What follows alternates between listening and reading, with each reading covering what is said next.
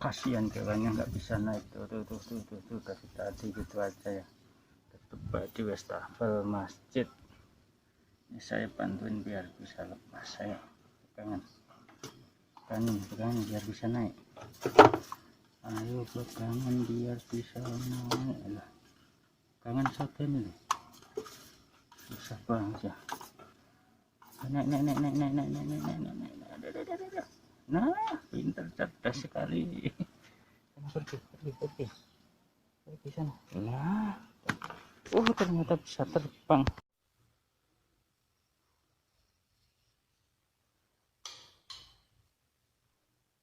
Halo, assalamualaikum warahmatullahi wabarakatuh, sobat Dewa Petir Production. Selamat jumpa lagi dengan channel kami Dewa Petir Production. Semoga rekan-rekan selalu diberi kesehatan dan umur panjang. Amin amin ya rabbal alamin. Di sini saya akan meneruskan cerita yang kemarin, yaitu cerita tentang apa itu ya? Kadal cawang. Baru ingat saya cerita tentang kadal cawang ya rekan-rekan.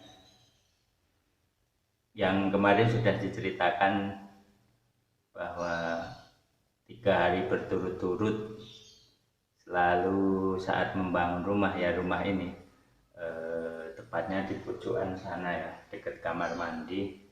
Nanti akan lihat. Nah, di pojokan sana itu selalu aja gudel. Jadi selalu aja kadal cawangnya itu selalu ngikutin terus.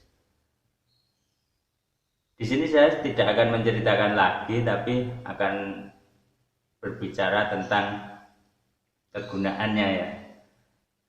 Saya juga awam, tapi kebanyakan menurut pengetahuan saya kadal cawang itu digunakan untuk penglarisan berdagang ya.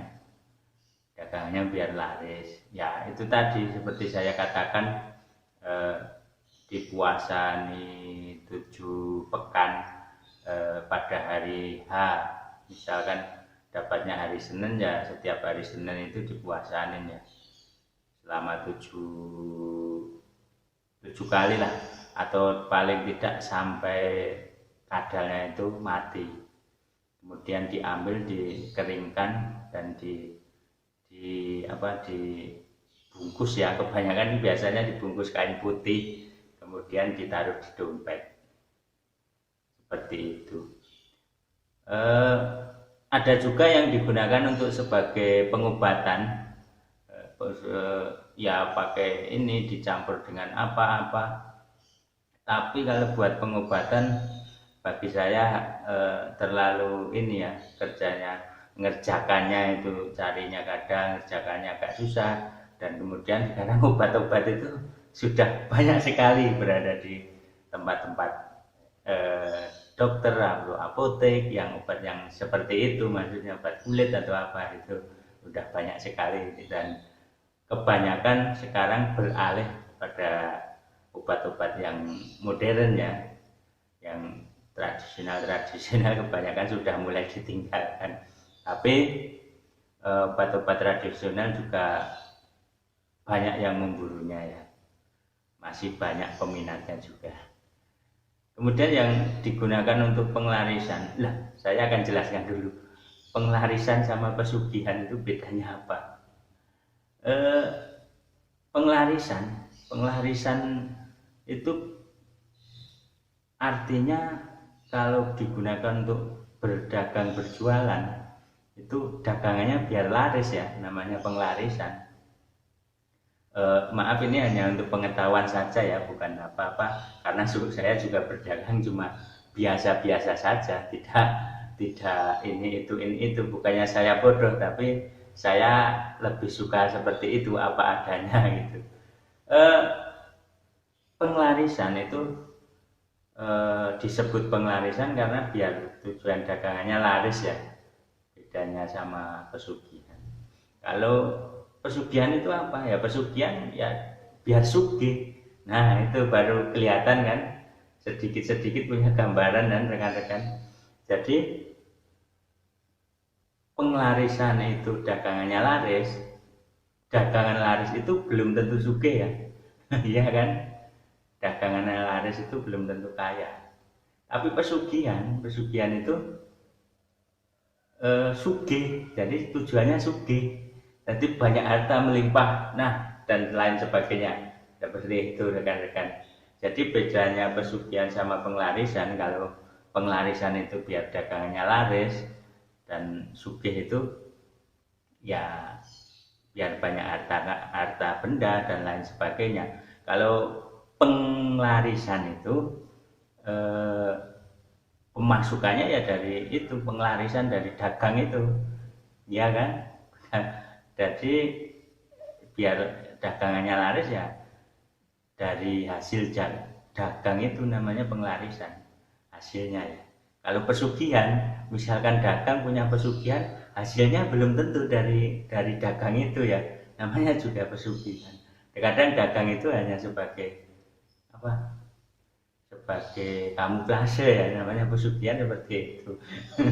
Sedikit gambaran ya. Kita belajar sama-sama. Kita belajar saja, jangan pernah melakukan hal-hal seperti itu karena kodrat Allah itu sudah ditentukan. Kita jalani saja dan berdoa saja kepada Allah Subhanahu wa taala. Sebesar apapun rezeki yang diberikan Allah ya seperti itu kemampuan kita, rezeki yang diberikan pada kita. Yang penting kita usaha ya rekan-rekan. Berusaha itu lebih baik daripada diam diri di rumah. Benar kan? Kita diam diri di rumah nunggu orang ngasih, nunggu ini, nunggu itu, ya kan?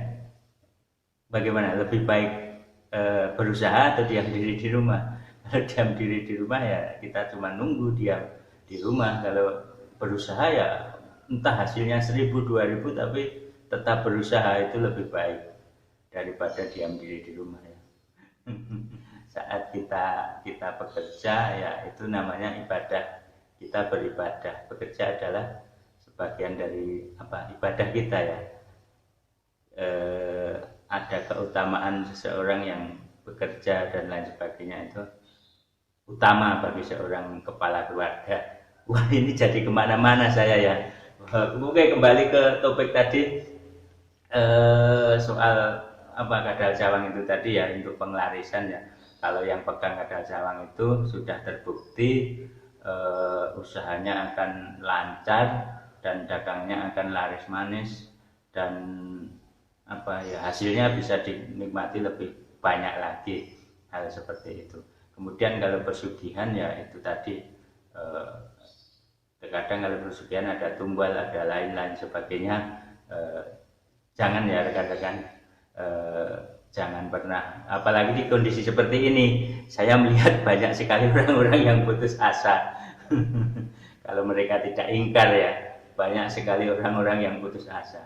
Padahal semua kena imbas rekan-rekan, semua kena imbas.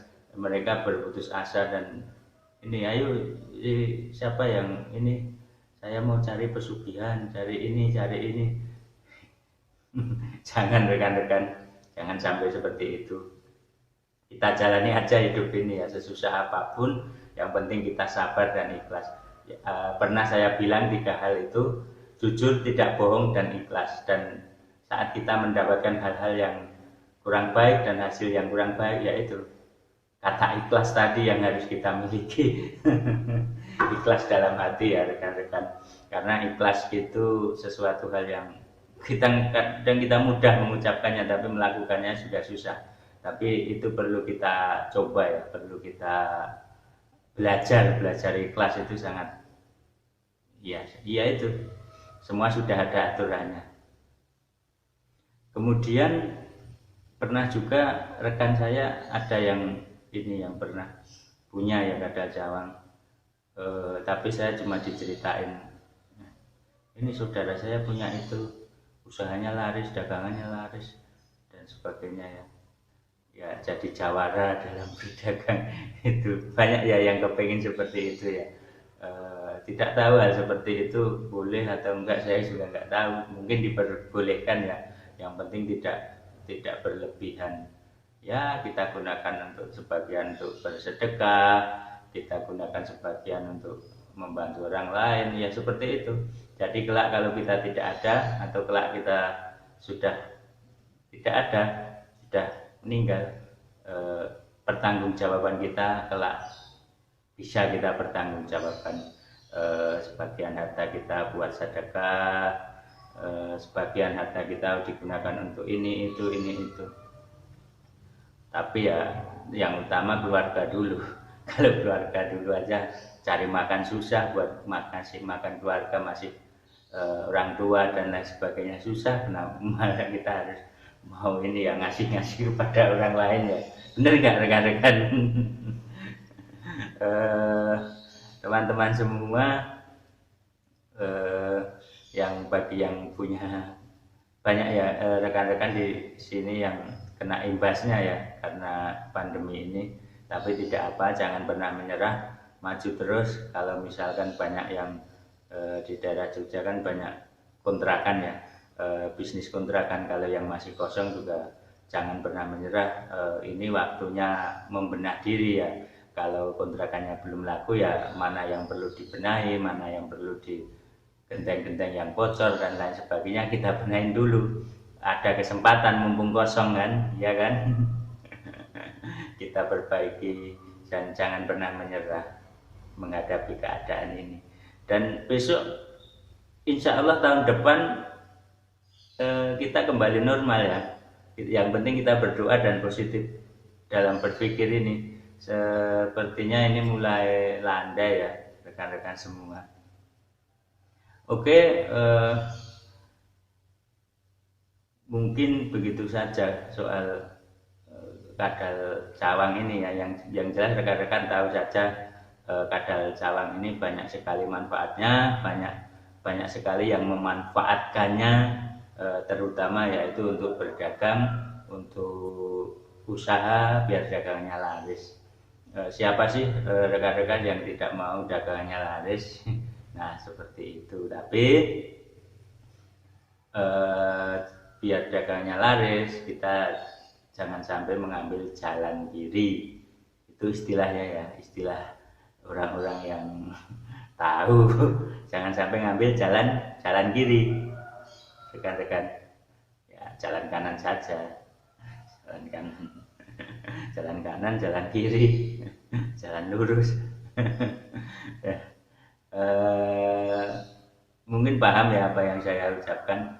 Semoga rekan-rekan selalu diberi kesehatan dan berdoa kepada Allah dan diberi kesabaran ya kepada kita semua dalam menghadapi keadaan yang seperti ini.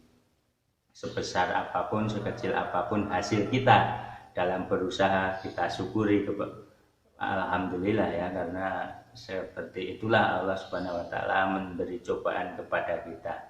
Oke rekan-rekan, seperti itu saja yang bisa saya sampaikan.